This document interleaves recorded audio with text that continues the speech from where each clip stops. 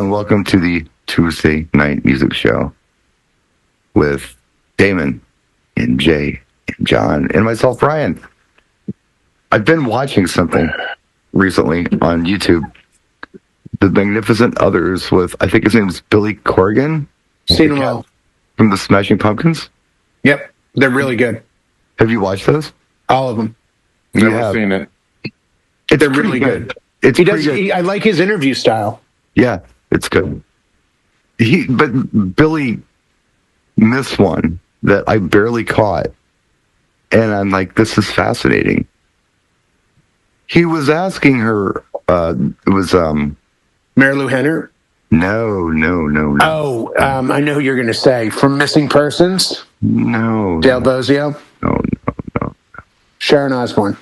Diane Warren. Yes, Diane Warren. The Diane Warren interview. He was asking her about relationships. If anybody doesn't know, Diane Warren wrote like everything. Like she's the highest rated female songwriter in the history of music. She writes melodies and then does lyrics, which I didn't realize that she did that. That's really cool. And she's had, I think, 9 number 1 hits and 33 top 10 singles. With all different artists. Yeah, with everybody. Consistently, yes. Yeah. Yeah. So he's asking her about relationships and how you never date, you don't. It's like, no. I prefer the 4-legged company. I like my cats. He's like, really? He's like, yeah, I got this cat, that curls up right next to me and just sleeps and purrs in bed, and I just love it. And and Billy's talking over her. Like he's waiting to speak at this point. He's not listening. And she said, I can stay awake just to hear you purring. That's how the song started. Yeah, I heard that part. And I was like, Billy, you missed it. You talked right over, but I thought that was funny. Yeah. Being Aerosmith guys in Boston, I thought you guys would. Oh, yeah, 100%. I saw that, and I remember her saying that, because I think he circles back to it, doesn't he? I want to say he circles... I don't think he does. Then maybe it just jumped out at me when she said it. She was talking about the Aerosmith thing earlier, and then she mentioned it later. Right. Maybe it was on my radar at that point. Yeah. I've met her, and I did a project with her, so I know what relationship she's in. Yeah. Well, now. Right. I met her significant other. Right. We'll just leave it right there. Sure. No, I knew that you had met her. And I remember you saying something about, was it like a pioneer party or something? And they're like, who is this chick? And you're like, that's Diane Warren. Yeah, no one knew she was that. Yeah. I was like, you guys are kidding, right? Yeah, a little odd. Oh, she wasn't soft-spoken. No? I took a photo of her and the person she was dating, who I knew that person too, and then a couple other people. And when I said, they're like, you take a photo? I'm like, sure. And Diane Warren just put up the middle finger and would not take a photo without that. It's like, oh, yeah, this is great. Because I was going to go over to her and be like, hey, I'm a big fan. Is it possible to get a photo with you? And I would have totally done it. Finger came up. I was like, she's not in a good mood, maybe. No, I think she's just that way. And after watching that interview, I'm like, I could totally hang with Diane Warren. Yeah, she was pretty gutsy that night when I think I get it. Hanging. Like, she's just a tough chick. And I can totally dig that. I desperately tried to play, which I didn't because it dawned on me, like, nobody ever wants to hear their own stuff. Yeah. The old rule is, like, if Bon Jovi's at your restaurant, don't launch into Slippery When Wet. Right. And I was we had gear, and I was desperately trying to get my computer out so I could get, like, Don't Want to Miss a Thing or some Michael Bolton track or Rhythm of the Night, the Barge or something. Something that I knew she was on. And I'm like, she's probably not going to be happy. Last time I did that, I played Creatures of the Night as Bruce Kulick, the guitar player from Kiss, walked past me, and I was blasting it. And he just made this face at me like this and went... It's like, okay, that totally failed. Well, it was Vinnie Vincent's record, so. Well, no, then I did Heaven's on Fire then. I did something I knew he was on, because I actually had to look it up. I'm like, what album was he on first? Because Lick It Up and Creatures was Vinnie, and then Unmasked. Animalized? Animalized, yeah. And I think that's when he... But it was either Heaven's on Fire or Tears Are Falling. It was one of them that I know he was on. Animalized. And and he didn't even, Heaven's on Fire is on Look It Up, isn't it? something. Tears Are Falling is Animalized. I saw that concert, by the way. I know. It's weird that I saw that concert, but I totally did. I think you're in the minority. I was there. No. I mean, opened for them. one of their tours, they played like 3 times in the U.S. Wow. One of the albums in that like Unmasked, Wow. Animalized. Yeah, that was at the lowest point in their career. Believe it or not. I saw them at the Dane County Coliseum in Madison. Beautiful. Was it packed? Yeah. Yeah, Wasp opened Maybe it's the album before. Yeah. Look It Up was the album before. My brother had seen Lick It Up in Germany, and then when he was here on leave, we got tickets to go see Animalize. And so he saw them for both albums. But that was something my brother and I did when he was on leave from the military. Did you realize that yesterday was September 1st, 2025, translating to 90125? It's like yesterday. The Yes album, 90125. You got nothing on that? I know it. It's not really in my top 2,000 albums. It's in my top 2,000 albums. It totally is. Crazy Nights Tour. Sorry. Had to make sure I got that information out to anyone that was sleep. Yeah, no, nobody was in that one. It's the following. No, it's because it didn't feel like old Kiss or old Yes to me. So I think, Owner's a great track, but that's the Boomer thing. And let me tell you why. Well, how is everything negative with you? It's not negative. Well, this is negative that you don't like the album, and I'll tell you why it is. And I think it's ridiculous. Because it sucked. No, it did not suck. It was really good. It wasn't your album. Like, you're not... This isn't... I've seen all good people turn their heads each day, so satisfied I'm on my way. Well, no, because it didn't have Steve Howe. And I was a big Steve Howe fan. Look, Yes was a progressive rock band. Right. And they progressed, and they did something different, and everybody got mad at them for doing something different. They were using a Fairlight C-minor that nobody was using yet, like besides like Stevie Wonder and The Art of Noise, and doing some really interesting things with it, making some new sounds with it. Like Diane Warren was talking in that interview about Rhythm in the Night. She's like, yeah, I was screwing around with my new Linn drum, and I'm like, okay, hey, this is kind of cool, and I wrote a song around it. That's how people used to do it back then. They get this new instrument that did something that they'd never heard before. Right. Got creative with it. And that's what Yes did with 90125. And I got mad at him for it, for doing something. The older fans. It just wasn't... Like, I loved Asia, Steve Howe, and guys from Emerson Lake, and guys from Yes. Like, it wasn't the... Oh my gosh, Peter Gabriel's not in Genesis. I can't like the new Genesis thing.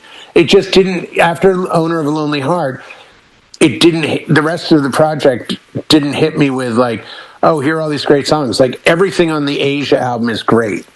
I think. Well, I like it too. The first same one. with the Genesis first one.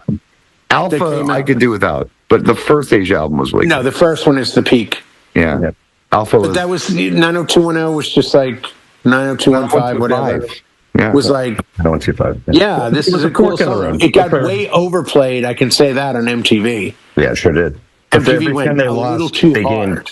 Well, they were looking for material. Yeah. Right. And they just went a little too hard on that one. I don't know. From my point of view, I'm looking at that album. When I heard that song, it blew my mind because I'd never heard those sounds before. And that was neat. And it was surprising that the guys who did Roundabout and the Going for the One album and all the crap my brother used to listen to in the car were doing this really weird thing. And I had this thing back then, and it was the 80s. I guess, like, dystopian stuff was very interesting to me. Like, Escape from New York was interesting. Mad Max Road Warrior was interesting to me. And those 8-bit samples didn't quite sound right. It sounded dystopian and robotic and not natural, but it was in a cool kind of punk way. Right. That it resonated with me. So, yeah, look, I'll be the first one to admit it didn't age well, but at the time, I think it should have got more attention than it did. I think it's because of Trevor Horn. It's the Trevor Horn aesthetic of using things at that time. I mean, it was his album, he was production and writing and everything else. and he was new to the group, and they let him kind of run things. Yeah. And I mean, you got John Anderson and Chris Squire, and I'm not sure who the drummer was at that period, but you've got that core Yes group. But now it's like, oh, let's check this out. And I think credit goes to the band for being willing to try new things. Well, Bowie was doing the same thing. He was always working with somebody new. Well, he was ahead, and he managed to somehow stay ahead of himself in that respect. He just was like, let's just try this. Yeah. Let's do a Philly Soul album. Oh, let's work with Nile Rodgers. But like you say, that's what they did back then, because nobody's, The Who did it with synths. Pink Floyd did it with synths.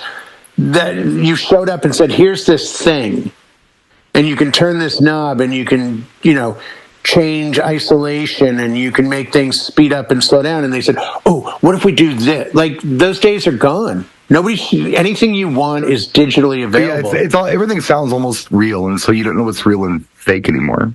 Well, but that was what was so you could tell it wasn't real, and that's what was so cool about it. Right, like, exactly. This isn't right. This isn't normal. No, I don't think anyone's going to walk into a studio today and say, like, hey, do you guys know what a sitar is? No. Check it out. This is Ravi Shankar's sitar. And check out the sound it makes. Oh, I've got a chord progression for that. And let's put a violin on top. And let's do this piano. Those days are long gone, I'm afraid. Now people show up and they're like, I feel like hearing a trumpet, and someone just reaches over to their MacBook Pro and goes bing, bing, bing, bing, bing, bing, bing, bing, bing, bing. Speaking of synths, I was having a hamburger with my son-in-law today at Oscar's, which is a really cool place. If you're ever in town, I'm going to take you. Okay. And we heard a song. His ears perked up first. And then we heard this synth riff in the song. And I said, I think that's the first synth riff. And he says, I think you're right. What song am I talking about? The very first synth riff? What's the very first synth riff? The Door? No. That was an organ. I know. That's why I didn't finish the Doors. I just got to the door. Yeah. Would it be a Stevie Wonder track? No. Do you know what I think it is? Is it Zeppelin? Del Shannon Runaway. Oh, okay. Yeah, that could very well be a synth. It is a synth. Yeah. And or type of, modulated thing that they use. And it's the first time it was ever in like a pop song. Let's go to Dr. Google and see what Dr. Google. Well, it goes back to late Dr. 50s. Google has to say about that. Yeah. Yeah.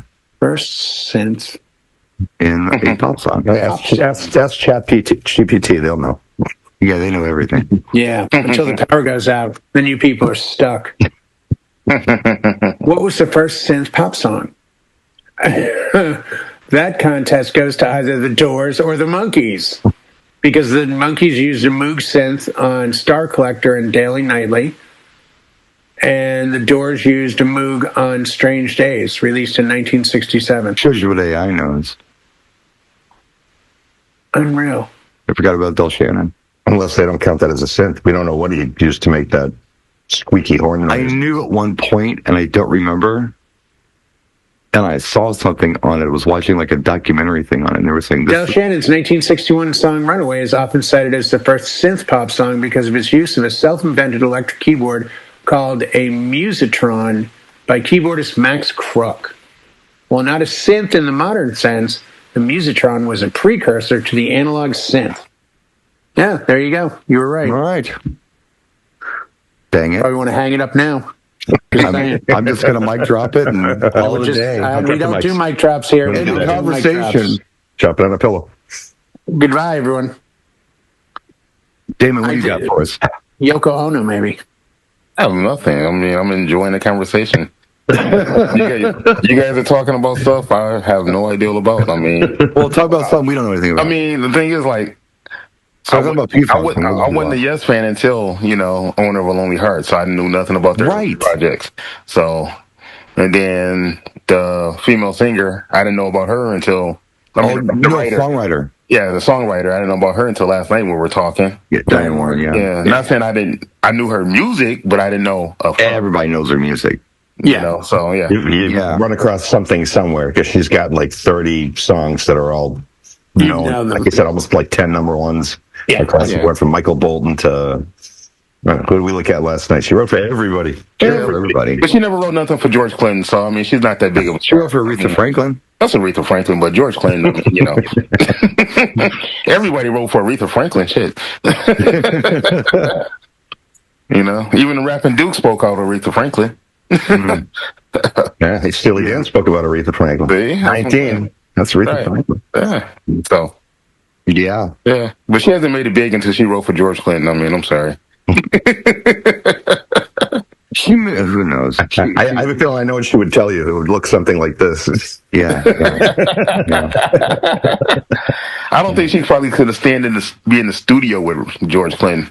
It was so. I don't know. Well, she's out of studio. She does her own. She works alone. She writes songs. She submits the songs, and people do what they do with them.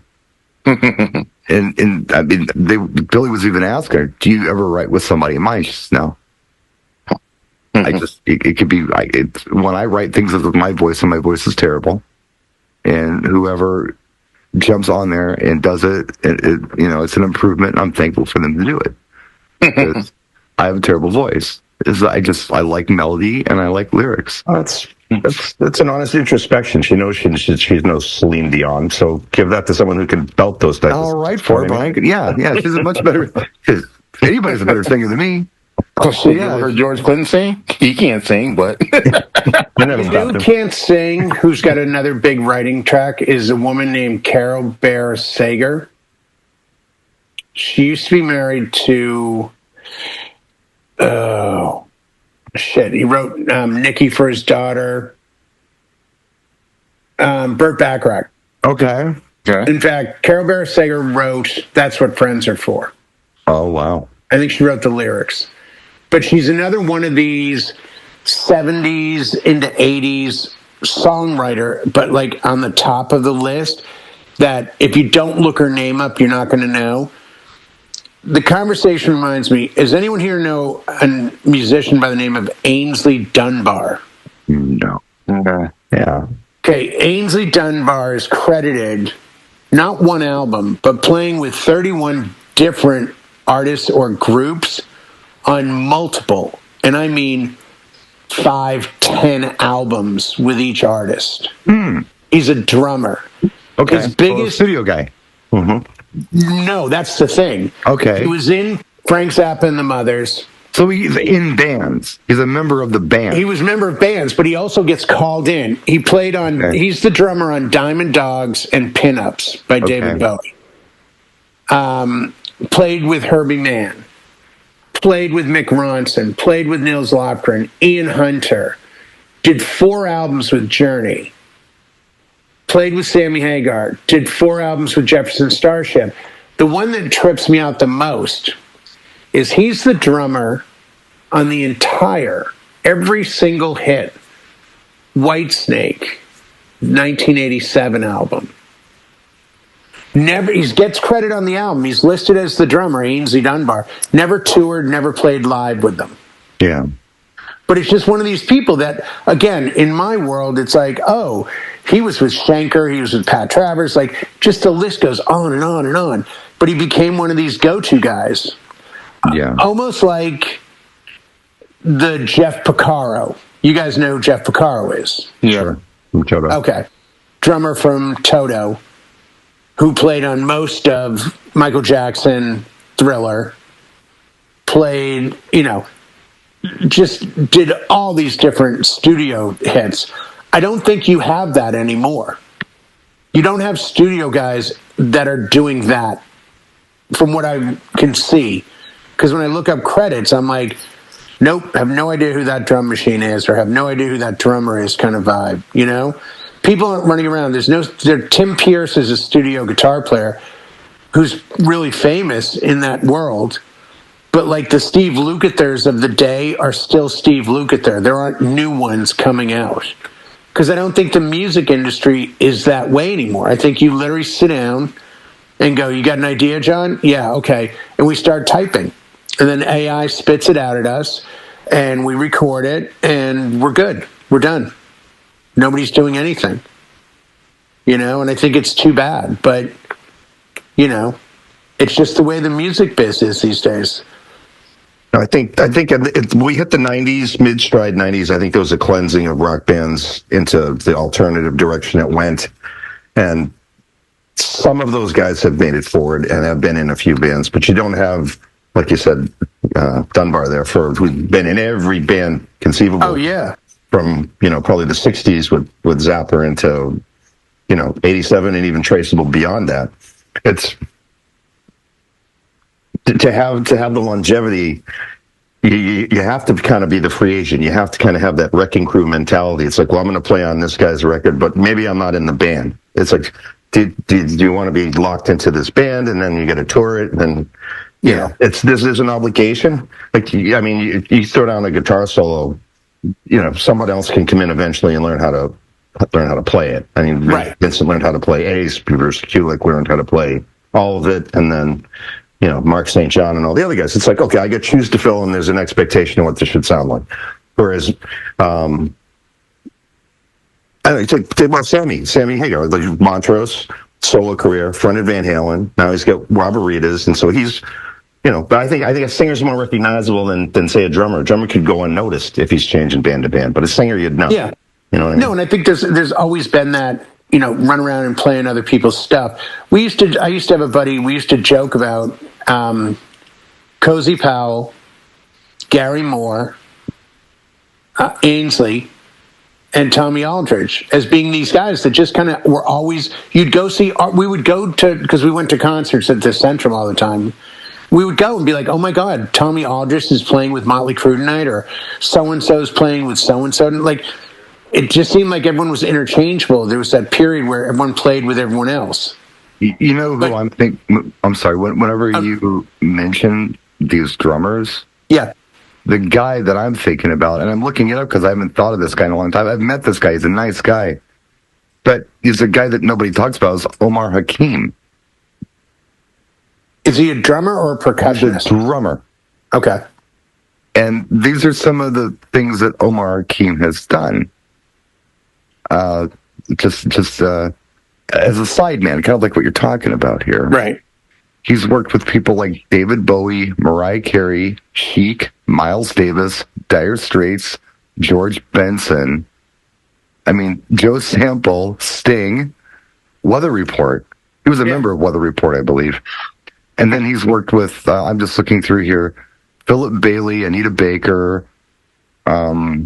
Chic.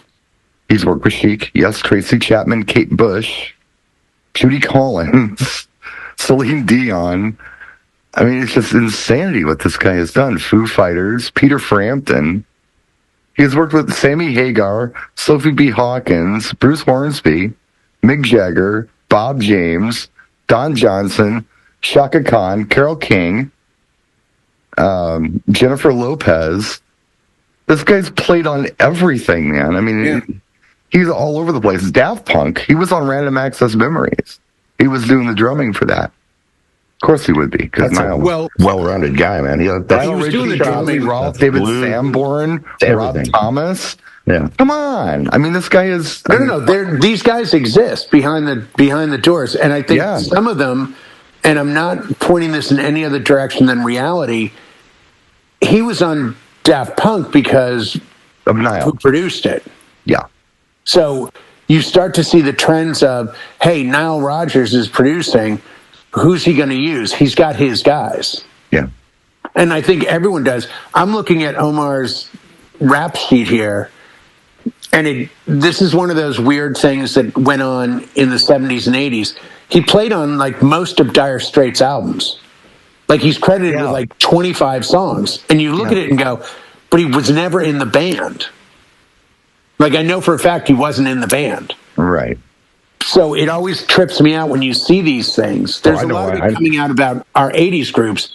Like, the first Warren album were studio guys. And then the two guitar players, Eric and Joey, had to learn the guitar parts because Bo Hill, the producer, was like, yeah, you guys really aren't up for this. Like, what do you mean? Like, I can bring in some hired guns, and they'll nail it first try. Just Aerosmith, Train Kept 'Em Rolling is not Whitford and Perry. No. It's two outside cats, and it's like, wait, what? Yeah, well, eventually they got up to speed, but not in 74. That's the whole thing. But yeah, this guy was with everybody, and I think there's more of those. When you dig deep, you just assume, like, oh, the band is these five guys, and I think the 80s made that real, like Duran, you knew all the guys' names. They were the band. I can't say that if I look it up, I won't find that they weren't the band, that they went on, that they had to learn what the band in the studio did. Well, a lot of times they were. I mean, you guys are talking about all these famous drummers, which are cool. I mean, there's some great drummers. But there's only one drummer that really counted, that killed it every time he played. John Bonham. Nope. No. Him too. This guy played every Saturday night on NBC. We're talking about Animal from the Muppets. I mean. No, you know who I thought you were going to say? I thought Anton Fink. Yeah, I thought he was going to say. No, you know what I thought he was going to say? Steve Jordan. Yeah? No, Steve Jordan's has been with the Stones now since Charlie Watts died. He's been with Keith Richards for like 25 years. He's a killer drummer, Steve Jordan. My dude is still Phil Collins, really. Oh, great drummer. Oh my God. Yeah. Great drummer. Yeah. Did what he was supposed to do the way he was supposed to do it, did it well.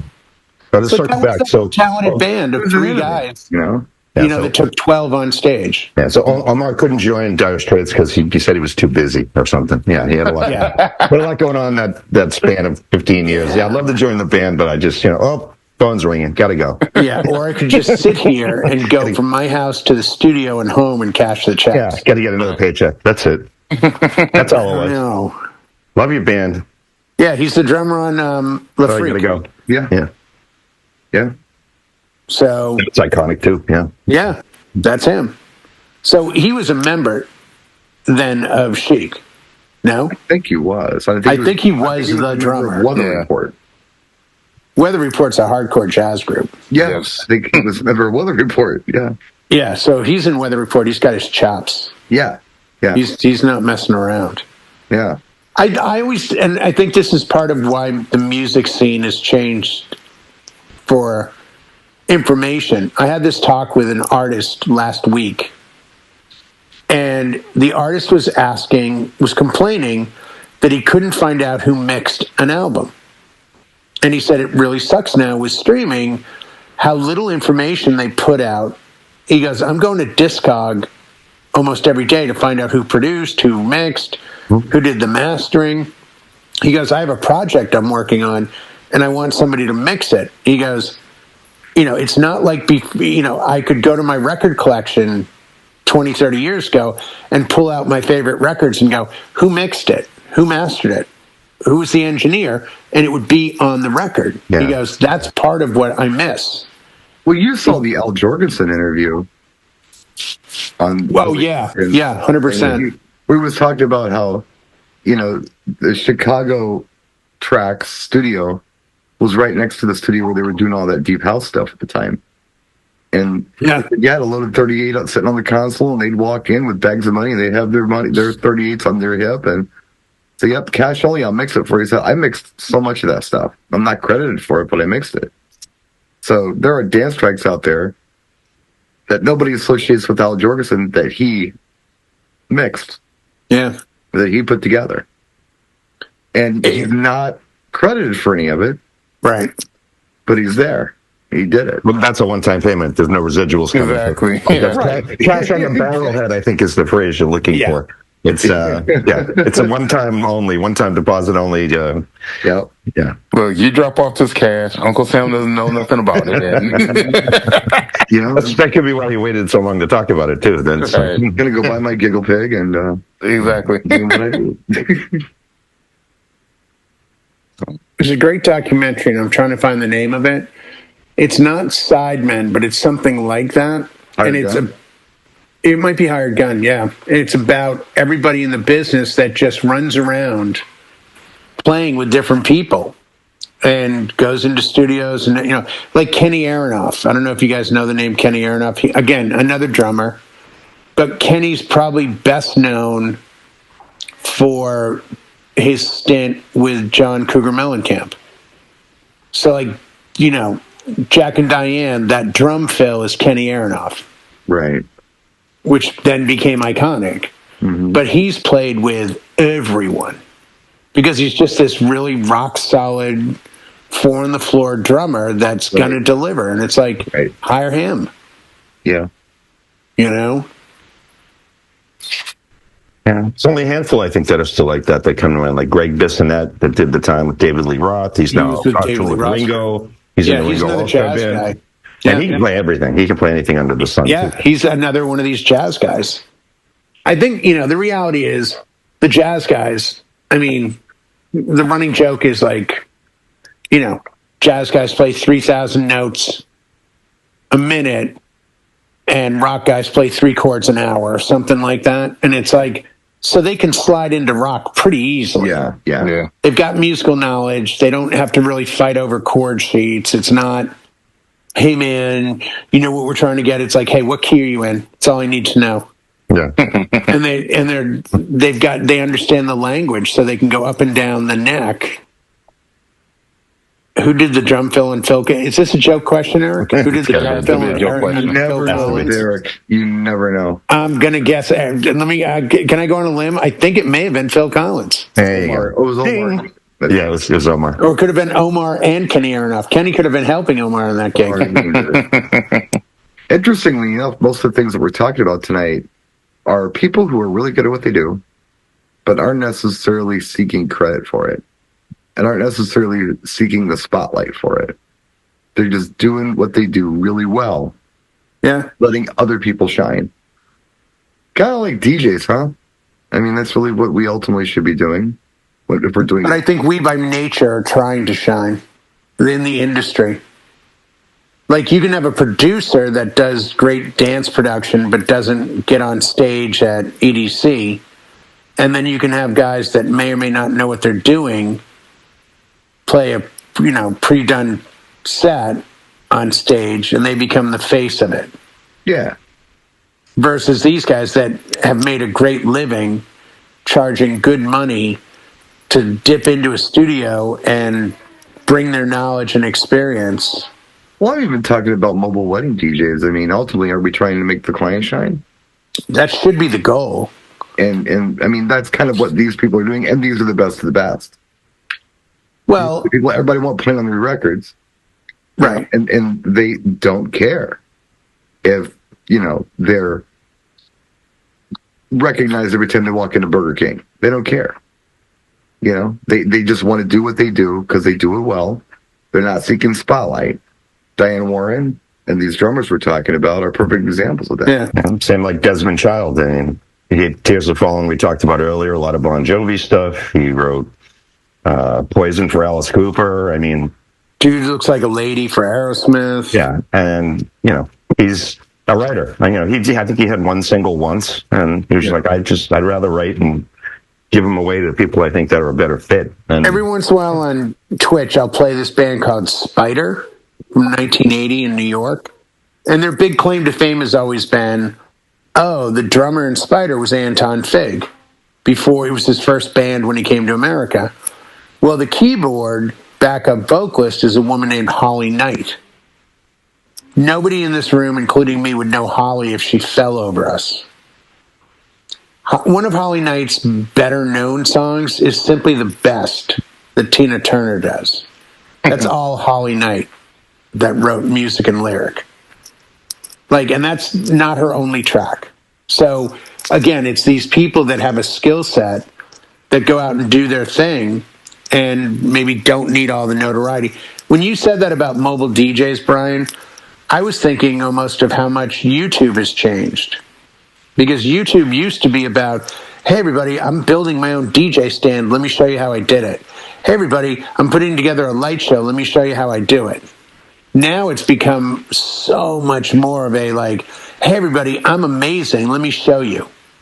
Yeah. It's the helping and, let's all get better together has really blown away and become. Yeah, there are a couple of reasons. Listen to me. So are you saying I shouldn't take my film crew with me to all my gigs?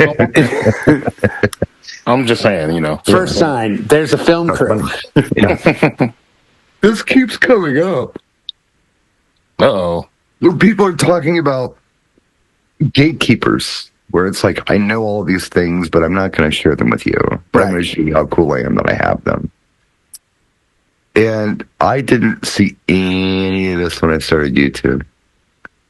When I started YouTube, there was a handful of us, and we were all sharing things back and forth. And we were doing videos for each other, and then anybody else who wanted to watch could watch. There was no money. It wasn't even a concept. There wasn't even monetization or sponsorship or anything. It was just, we're doing it because we want to do it, because we want to share, we want to help. We're not the experts. We're just people who, Well, okay, I'll give you an example. What I'm talking about. I saw Jay last week. We were in Chicago, or near Chicago. And you guys were putting together the speakers on the pole. Yep. You were getting ready to wrap the cables around the pole, and I'm like, stop, watch this. And I showed you a really cool way you could just quickly do it. Quick on, quick off, done. If you've always done that, if you've always done it, something in your brain convinces you that everyone else does it that way too. So this isn't something you need to tell anybody about. I don't know what it is, but there's something, that a little trick that you've always done. You just assume everybody knows this trick. Guess what? They don't. Yeah. You've got to share this stuff.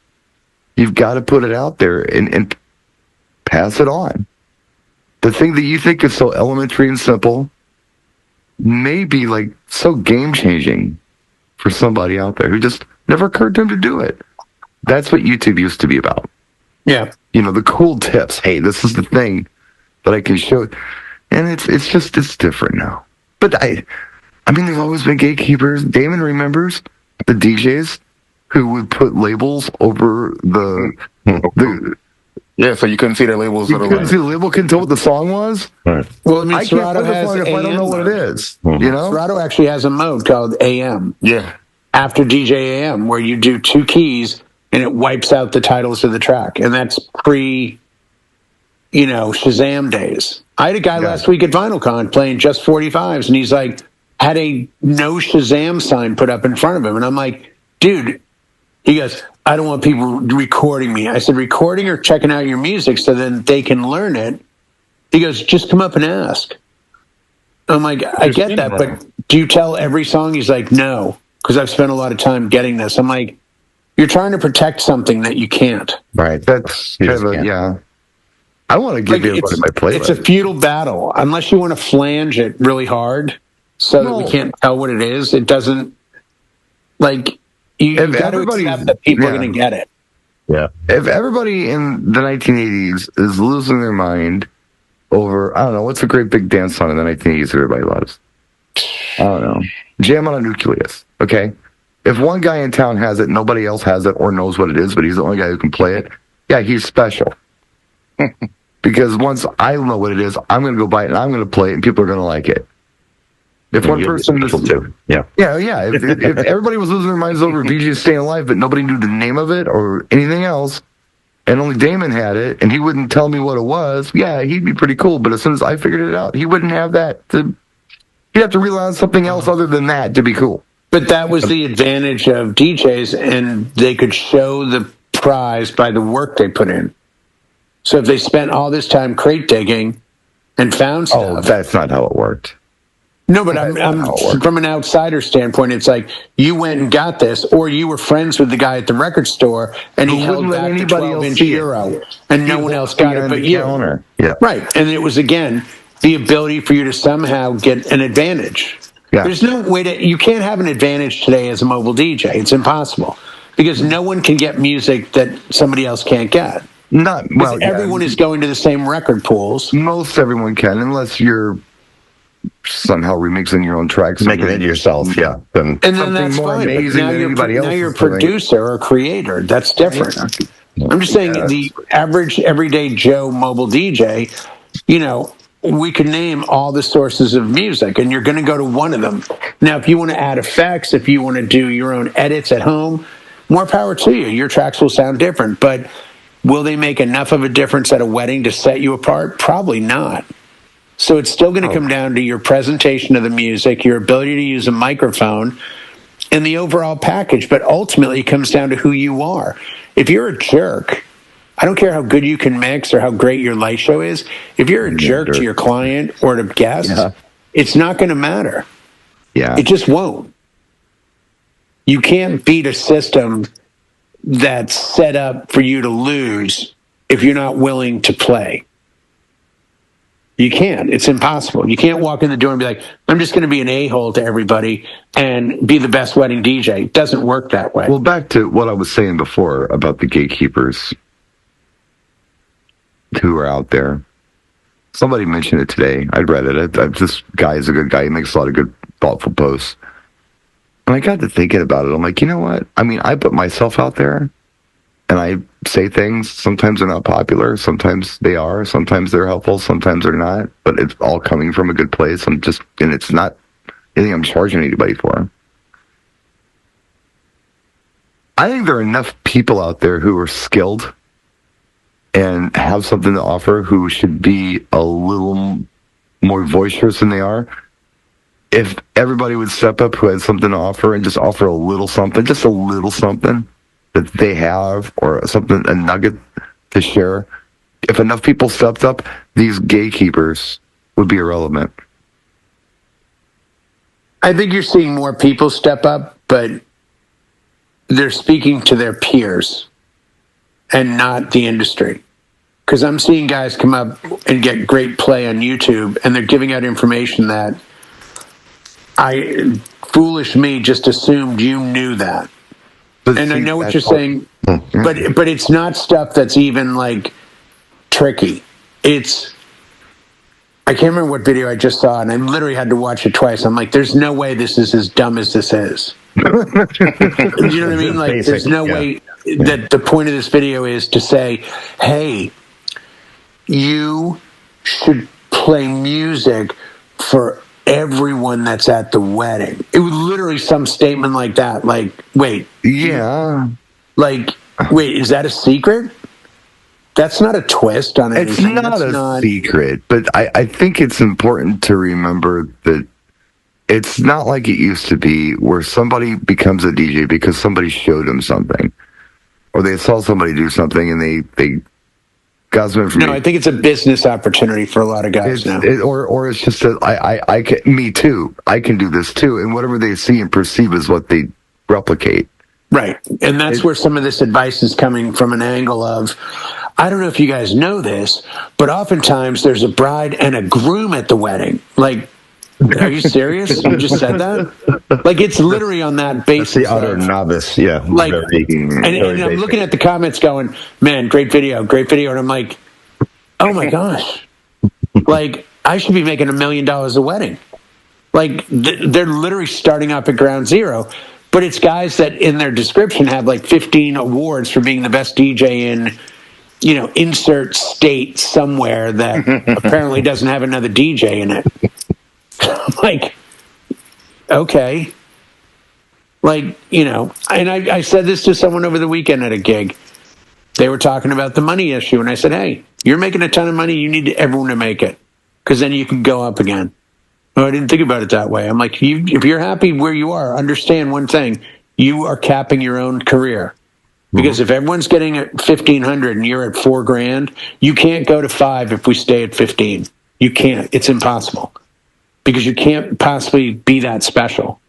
So you have to figure a way to get us to go to 2 or 3. Now you can go to 5 or 6. You have to have something in the way of, you've got to have a split there somehow, or a spread. No, I think the biggest, if we were to be quite candid about this without any guardrails or anybody's feelings, most DJs are A, weird, and B, artists. I don't know. I'd go with A. Normal. Well, they're both. They're both. I wouldn't go heavy on B. I don't know, dude. I mean, I don't see a lot of artistry lately. I see a lot of, wow, AI told me these songs mix well together. There's a lot of that too. But ultimately, the craft of ours tends to attract artistically inclined people. Whether or not they are necessarily living up to their potential or not, that's a different story. But I don't think artists are good business people, which is kind of your point here. Yeah. If you're an artist and you're doing this, you're going to screw it up. All right? And if you're like gifted in business, but maybe not necessarily an artist, you're going to do some homogenized crap that isn't that interesting, but you're going to do well with it on paper. But as an art, maybe you won't do so well with it. We all have our own strengths and weaknesses. And it's always been odd to me that we didn't come together and like recognize this. It's like, hey, you know what? You're a better artist than I am, but I'm a better business person than you are. So about we joined forces. I'll do the business part, you do the artistic part, and we'll do something amazing together. That doesn't happen. Everybody's egos won't allow that to happen. But I think ultimately if it were to happen, I think that would really elevate things for people. Because obviously a lot of people are interested in this thing for one reason or another. I'm interested in it because of the art. The money, anytime anybody starts about dollars, I get bored. Because I don't care. Right. Yes, we all need money to live. Yes, we all should be charging, enough to cover our equipment and pay ourselves something. But, yeah, I'm more of an art guy. I would love for a business guy to come in and just handle that part. I don't want to have to think about it. Just let me come in and do my art, and you can take care of all the logistics as far as the money goes. Sure. Well, business is very structured and very rigid, and this is the way we do it. And art is messy. Yeah. And it's everywhere, and there's paint on the curtains. And You're right. But if you're the artist and you got someone that's handling you, if it would be good to have someone that could step in and take that side away, so you could be free to be the artist that you are, and you don't have to switch gears and suddenly be a manager or be on the business end of it. But most of us have to handle both, so it's a balancing act. Hard. You got to sit at the desk and do the secretarial stuff once in a while. And then when you get out in the trenches, you just got to start throwing mud and paint everywhere. It's you got to be both. You have to be. I hear a lot of people talking about different things that DJs should and shouldn't be doing, and money and all that, and I try to listen to them. I really do try to. I make an effort to pay attention, but I literally can't because I'm not that dude. You're talking about stuff that my brain won't even. What word am I looking for? Comprehend. There goes the brain again. Comprehend, or compute, or understand. You might as well just be speaking in a different language, because I don't even know what you're saying. And I don't know how to do this, and it's so hard that I could never do it. And there's no enjoyment in the paper trail side. Oh, God, not for me. I know people who love that stuff, though. Yeah. I know people who love to do that. I know people who are, like, accountants, and they're really happy with being an accountant. Like, they're happy about that. They dig that. Can you imagine? But they have no artistic side. They struggle when you got to give them like 2 flavors of ice cream to pick. They'd stand there for a half an hour. I don't know. Because it's too complicated. But they can do, the CPA tax forms, but they can't do basic artistic stuff.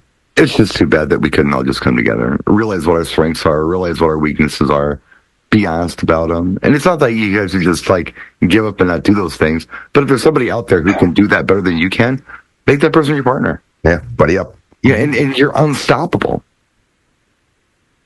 And don't mistake artistry for ego. They're not the same thing. Well, they can. Yeah, ego kills talent. but I think there's a ton of that going on too. There's a lot of ego with no real substance behind it. Yeah, of course. But there's also ego with substance behind it, or there's more ego than there is substance. There's something there, but the self-promotion, it's an oversell for what your talents really are. That I'll go with. Well, and it's like, I think you can tell when it's problematic is if you're pitching to only your own group, that's where it's not a sale. If you're telling the people that are in the play yard with you every day, oh, I'm amazing, that's the ego part of it. That's not artistry. Artistry is coming back and going, hey man, I just saw that thing you did. That was amazing. That's artistry. Artistry, I'm sorry, I'm not going to cut anyone any slack and go, because you say you're an artist, you're an artist. You need to produce a product. And just hitting play on 2 decks is not artistry to me. Damon's the artist in here. No, I'm not. Have you heard his mixes? His mixes are great. Yeah. That's a sign of artistry. And that has no reflection on what his favorite band is, because they're terrible. But again, I think it comes down to you have to make that conscious decision on artistry. Because it's much easier to just simply go, you know what? Get the money, show up, do my thing, hit play, leave, cash the check, next. Versus, I want this to be amazing, and I'm going to go out of my way to make this not what they saw the last 2 or 3 times. Well, there's the hustle. I mean, there's the hustle, and there's also those times, and we've all been there, when we're not really being treated very well. And still got to step up. Well, how much energy are you going to put into something where you're not being treated very well? 100%. You're not being treated fairly. If you're treated fairly, thing. And, you know. You can't have it on your terms sometimes. That's just life. There are times that it's not going to go your way. You cannot strike back and say, oh, yeah, well, I won't mix well. I'll screw up. I'll do this. You still have to show up and give the 100%, and you still have to strike that balance of, I have a job to do. And the job is do the best I can, because you're only as good as your last gig. With that note, I had a feeling that was coming around. Got it in. No bottom off. Took it a while. No, Jay, I had nothing to drink. There was another good point you had made before. We won't mention the DJ's name if you're not able to, but if it's okay to say his name, say it. But it was a case of knowing your threshold and knowing how good you can be, and it's good to push it, but it's sometimes good to know when you're in over your head too, that you get a call and help. Like you had said, 100%. You were talking to an EDM guy, and he had, said to Jay, you can come and spin 3 hours of EDM at this festival, you'd rock it, but I can't go into a wedding and play to a room full of 100 strangers from all walks of life and do what you do. I'd be terrified. But playing to 200,000 people is nothing, but playing to it's like, your skill set and know. I'll tell you who it was. It was one of 2 people, because the third person said they had done weddings. And I was talking with Ferry Corsten, Armin van Buren, and Laidback Luke. And I think Luke said he had done a wedding. And I think it was either Ferry or Armin that's like, I wouldn't do a wedding for $1 million. Yeah. Because it's just, but it's not who they are as an artist or performer. We could, coming from a music standpoint, there are a lot of great guitar players. I always judge guitar players. You're a great guitar player when you're willing to go to a club and hop on stage with any band, anywhere, at any time, and go, hey, I'll jam with you guys. Because to me, jamming means your vocabulary is so wide, and you can fit in on different terms.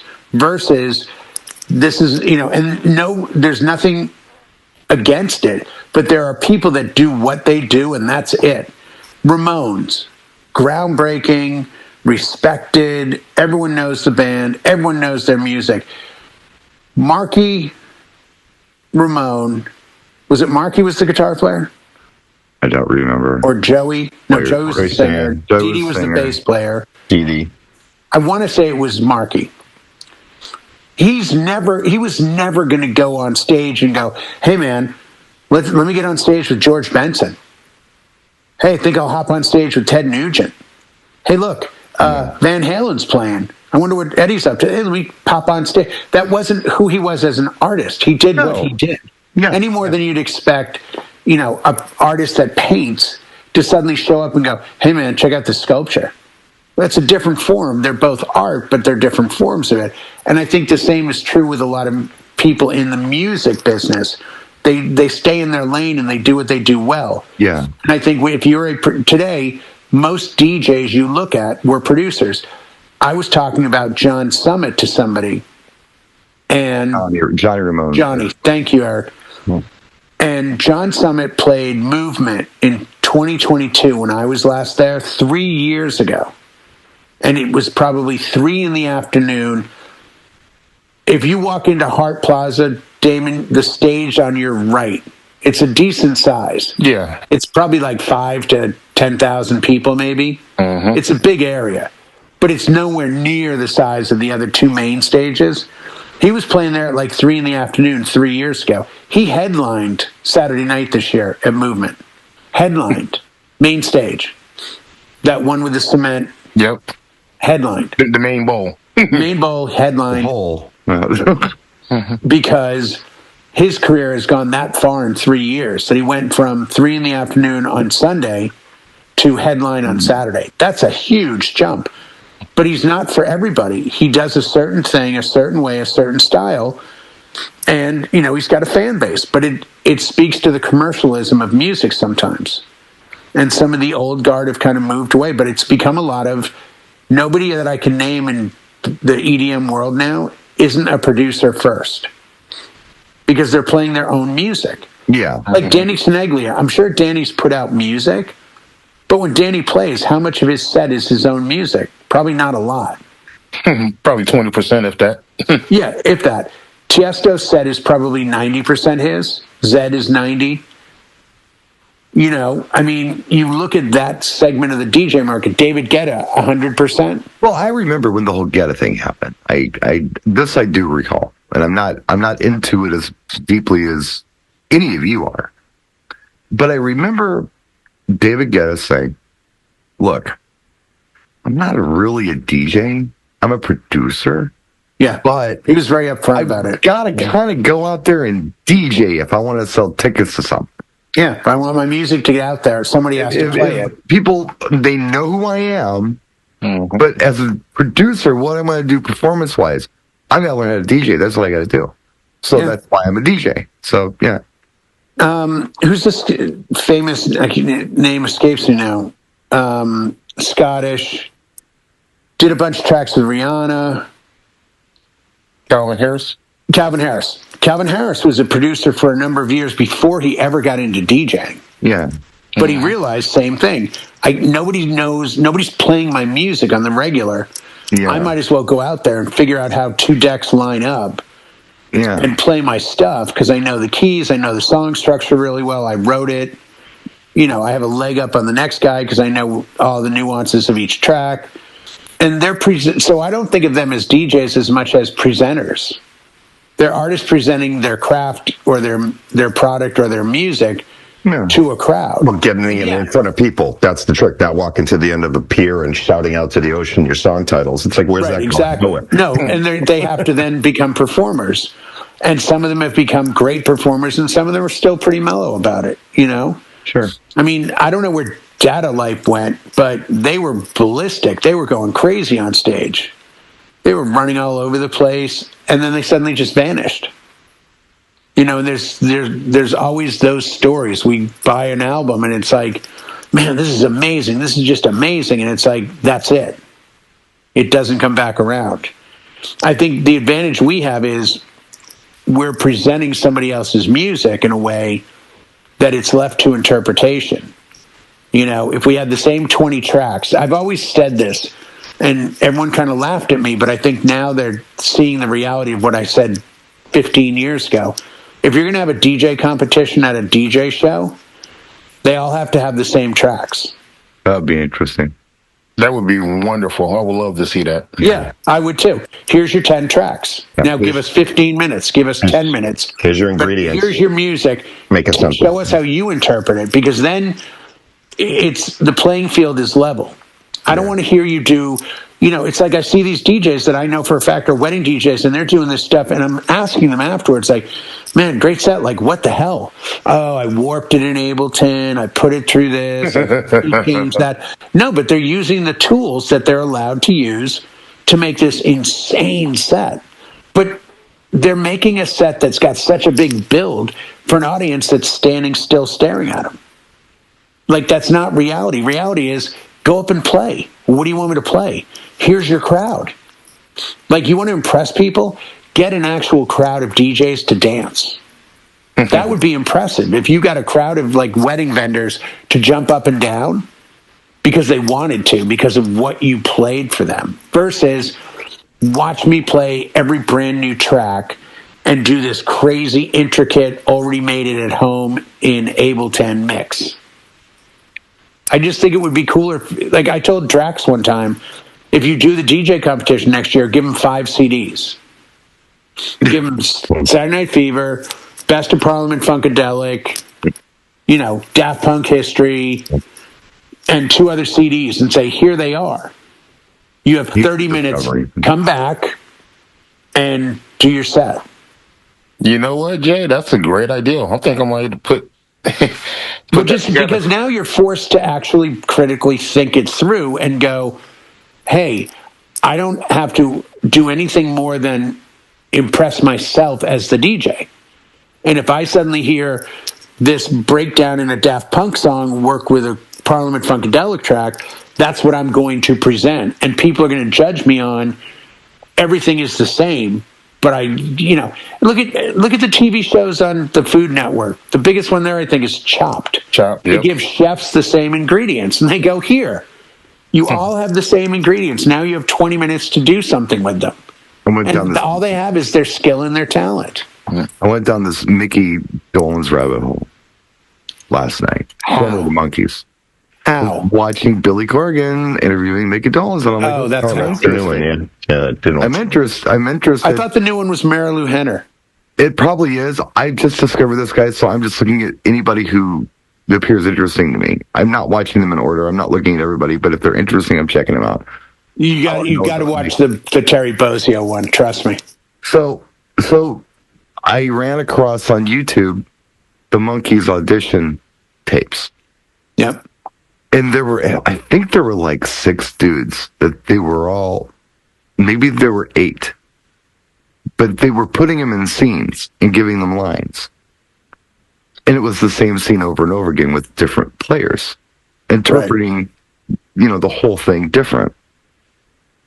And some of them, it almost felt like you were watching porno the way they were delivering the lines. It was bad. And like really, really bad. But Mickey and Davey went up there, and they just, every time it was Mickey and Davey, was like, oh, this is so good. They're saying the same things these guys said in the same scene, same context, same lines. They're pulling it off. Yeah. With the way, their the inflection of their voice and their tone, and just amazing. Absolutely amazing. Was Steven Stills in that by any chance? I don't know. Because that's long been a rumor or fact that Steven Stills auditioned to be in the Monkees. I don't know. May have. I don't know. Yeah, I mean it's all over the internet as far as like. I think Mickey he admits he did, but I don't know. Mickey was almost Fonzie on Happy Days. That would have been interesting. Huh? Really?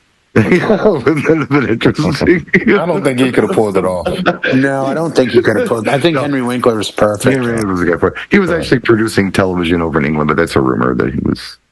But that's the funniest thing. You see you hear these things about like, oh, do you know who turned down the role? Oh yeah, Brad Pitt, John Depp, and this one, and you have to in your head now think, well, could they have done this? And you stop and say, no, only this person. Well, no, only this person, because that's the only point of reference you have. That's all you know. Yeah. There's a million actors that could have done Top Gun. It's like when I showed you Olivia Newton-John doing Guilty. Yeah. With Barry Gibb. I still think Barbra Streisand. You're back and forth on that one. You're back and forth on that one. Yeah, I mean, I do like the Olivia Newton-John one. I do. I think she could have really done something cool. Yeah. But, and with music, it becomes like, oftentimes, like you say, what did you hear first? Right. You only had the point of reference of that. There are people that are like, oh my God, I love Turn the Page by Metallica. It's like, oh my God, it's a terrible version. What are you talking about? It's awesome. I'm like, no, it's not. This is better. And they hear Bob Seger and they go, oh, this is so slow. This isn't hard at all. It's like, no, this is the original. Well, yeah, but I don't like this. I like this. So it's like, the The one that still kills me, and thank God it's gone to bed, was that 2-year span I had to listen to people and go, hey, can you play Africa, but by Weezer? I'm like, do I have to? Yeah. It's just not as good. It's not all that different either. I mean, No, that's the weirdest part. We've talked about that before too. It's like a they karaoke did a great cover. job That's all covering it it. is. I just don't care for it as much as the Toto version. But again, I got the Toto version first. You could release Logical Song. If someone did it perfectly now, another group, I still would stick with Supertramp because, again, it goes back to the memory of hearing it by them first. Things are just sacred, Jay. Absolutely, they are. Let's not remake Revenge of the Nerds. Let's not remake Logical Song. No, let's leave that one alone. I'm glad. I'm sorry. In Private Idaho, leave those alone. Private Idaho is amazing. Yeah, leave that one the hell alone. That is at their peak. By the way, just real quick, since we're on a music show, if you've got an hour and 40 minutes to kill, and you want to learn a few things, Listen to jury's still out.